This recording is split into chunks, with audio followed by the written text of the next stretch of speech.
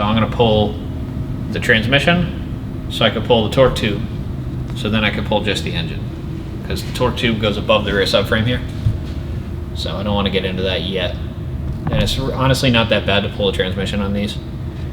I'm just gonna like get some axle bolts. There's like a little spline drive in here you can slide off and then drop the trans down. Otherwise, I think I'm gonna drop the whole subframe and drop the motor out the bottom. That'll be easier. We'll just put a card under here and then drop it onto it.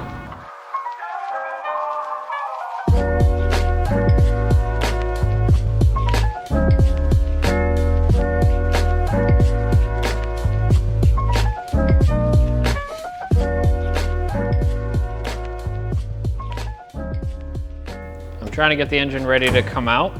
I pulled the exhaust, then I pulled the transmission, pulled the torque tube, pulled the wiring harness off and out of the engine, pulled the radiator, heater core lines, drain the coolant. There's AC lines, and then we can drop the subframe, pull the steering shaft out, and yeah, be able to lower the whole subframe and engine out of the car. I've been in here before. Like I did the timing belt and all that stuff, so like everything on the front of the engine came off easy enough.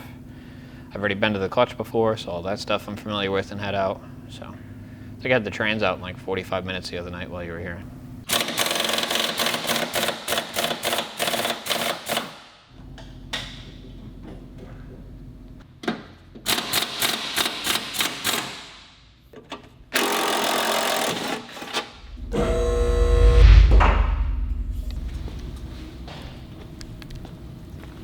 Ta-da! Engine. I need nothing in here. I just want to see what broke.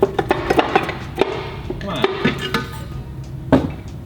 So there's the throwout bearing. That's supposed to be one piece. All these. And that's supposed to go on the inside. And then these are supposed to have a lot more fingers. There's 3, 4 broken there, 2 there, 1 there. Before we do any engine stuff is kind of just cleaning. So I want to pull everything off the firewall, like all the sound deadening stuff. We don't want that. So we're gonna strip all that out, kind of clean it, because this looks like rust, but it's actually the glue from what they used on the sound deadening. So I want to tear all that off, clean it. We're not gonna paint it or do any of that yet. I want to mock up everything, get it where I want it to be in case I have to make heat shields or knock in the firewall somewhere or something. Then start putting the other engine and all the parts on that. We're not putting everything together for good yet. We're just putting it together for mock-up. So just kind of throw stuff on, no gaskets or any of that. Just kind of make sure placement's right. I want to build the turbo setup and get all the plumbing figured out, then tear it all back down, paint the stuff I need to, clean everything, and put it together once for a final time and throw everything back in.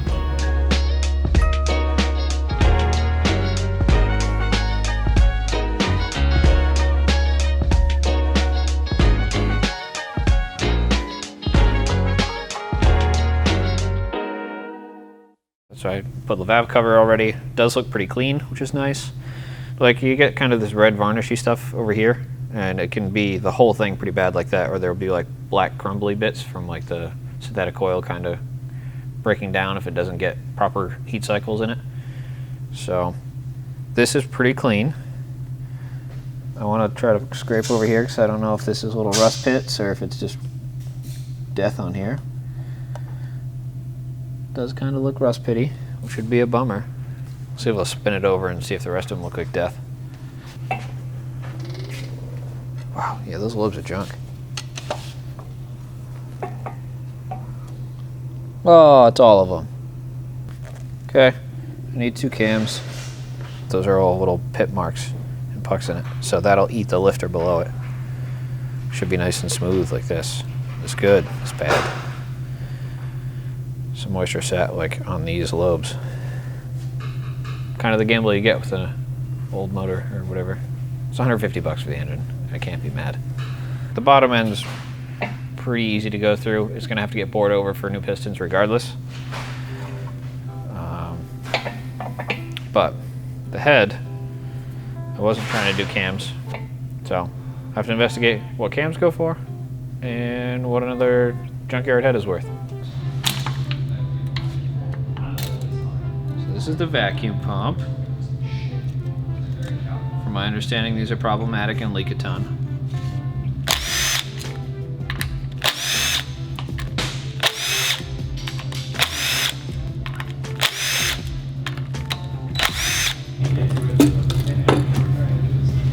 all those newfangled motors that don't use gaskets anymore. There's like this window of time where gaskets still existed, like in the mid to early 2000s. Then they all started going to glue instead. So now you just have to clean things, just machine surfaces glued together.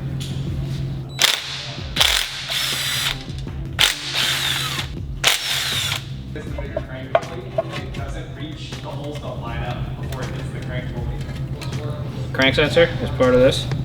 This is kind of neat. This is the crank sensor trigger wheel.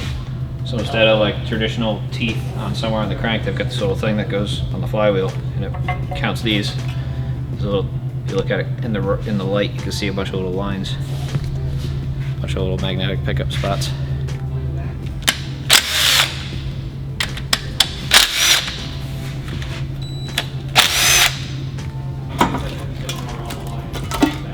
Okay. Look at that engine stuff. Kevin, the fan's also on the back side. We have this awesome swap kit from Boost Brothers Garage, and first step is this like really cool oil pan. So they took a factory upper pan, cut it, and had it welded and baffled in so that they're replated because the cross member's in the way. And then they made this really cool part that bolts onto part of their flange that was welded in and the existing secondary pan. Because normally on this it's like a steel lower section and then the cast aluminum upper section. So it kind of does that, but now they have really cool little trap doors and stuff in here. There it is. So these are the cool little trap doors in here. You see the little hinges? I can push up like that. So this is typically in a road race you'd put them at 45 degrees to the direction of travel. So, you know, this is the direction of the car, forward or backward, I forget. Forward. That's the direction of travel. So you go around a corner this way, or this way, you're on the brakes around a corner, it'll all go in through trapdoor. All the other ones will close from the mass, like the oil pushing up against it. So it can't escape, so then the pump picks up from inside here. So it keeps the pump fed with oil, can let oil in but not out, and just constantly does that every which way you go. Wow. Right? Very simple, works very well. So it's a really nice thing to see in a pan like this. You can tell it's made to work. So yeah, it's the old pan, this is the new one.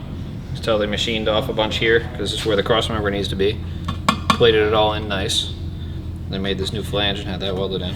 So then made the other new steel pan, because the other one was this whole thing. Can't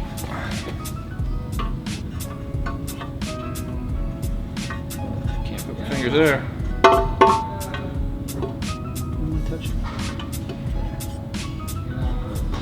Loosen these.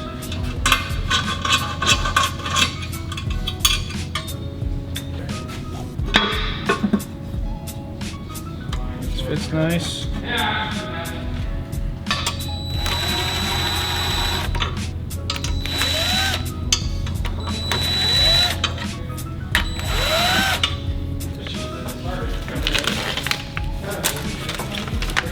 I think this is actually someone else's part, the kit. Yeah. I bet.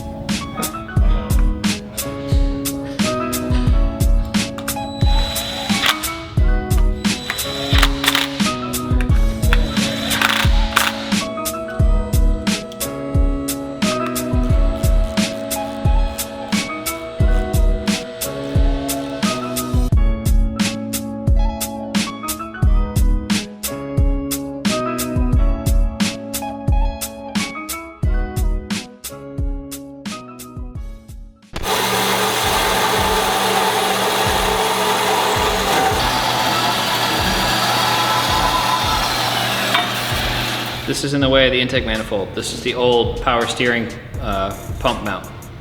But because the throttle body's on a different side, because this is no longer transversely mounted engine,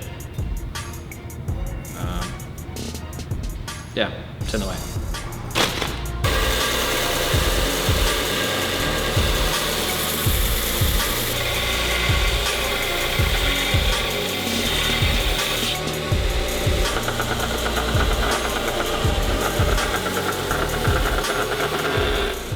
As easy as I'd hoped. I want to see the bolt. I want to cut the whole thing off.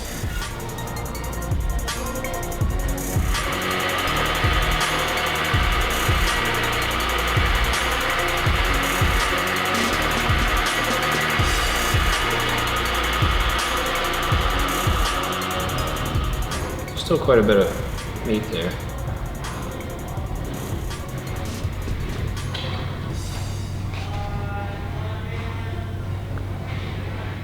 It's not far off. It's kind of square. If I go all the way up to this boss here, which would make it look nice, this won't be here anymore. And I do want that. So I can't like just come straight across at this level. Over here, there's the same situation. So I've kind of maxed it out as much as I can. So I'm just gonna sand it smooth and run it.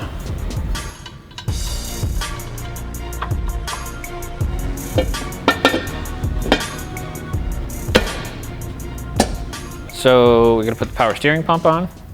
I gotta put the rest of the coils in. I can show you that because you have to modify the coil slightly. Like the whole point of having this race car valve cover situation here is the hood on the 944 is really low. So in order to get that really low, they made this billet valve cover here, and you have to trim a little bit off of the coil to get it to sit this far down. So basically, this rubber boot is in the way. So I found if you trim it down to this, you get rid of these two barbs and then the one kind of ball shape here, then it sits flush. So I was just putting it on the bench, and there's the metal shroud behind it, so you can't really mess it up. Kind of roll it with the razor blade there. Sharp razor blade would probably be better. So you can follow that edge. It doesn't look like a hack job. Like that.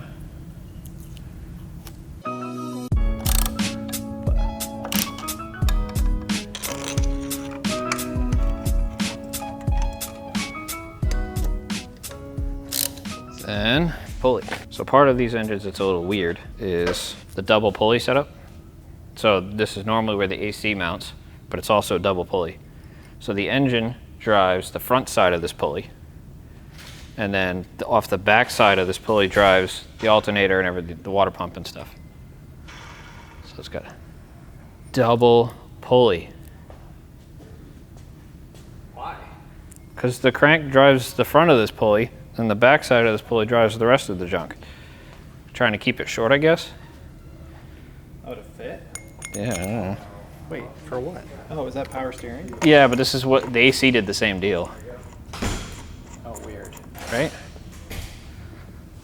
Give me a really fancy pulley though. That is really fancy. Apparently, if you're revving these high, that harmonic balancer is an issue. So if you go to the TTRS harmonic balancer, you can rev it higher. And I like that. So,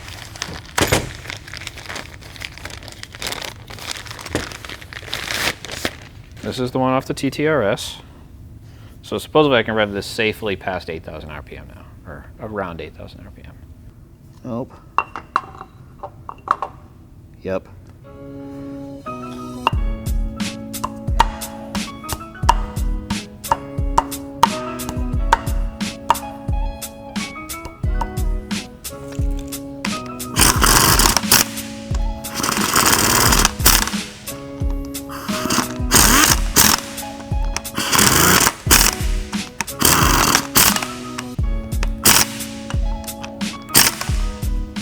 Torque it together when it goes together for real.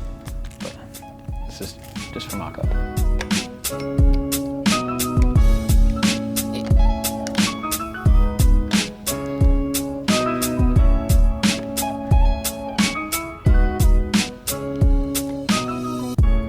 Okay. So, this is the front and back pulley arrangement I was talking about. The crank just drives the front of this now power steering pulley. Then off the back side of the power steering pulley drives the water pump and the alternator. This is the fabricated steel bell housing from Boost Brothers Garage, which is cool because it'll keep my toes safe if the flywheel ever explodes. But it indexes into the torque tube with these nice dowel pins. Starter comes in from the back side, which is cool. And they're using an internal slave cylinder. This is actually off a Pontiac Solstice. So the AR5 style transmission. So that goes in here. Index is really nice. They've got this nice ring welded in here, so that this clips in really nice. This will be the access line for the clutch line when I get there. Not too worried about it yet.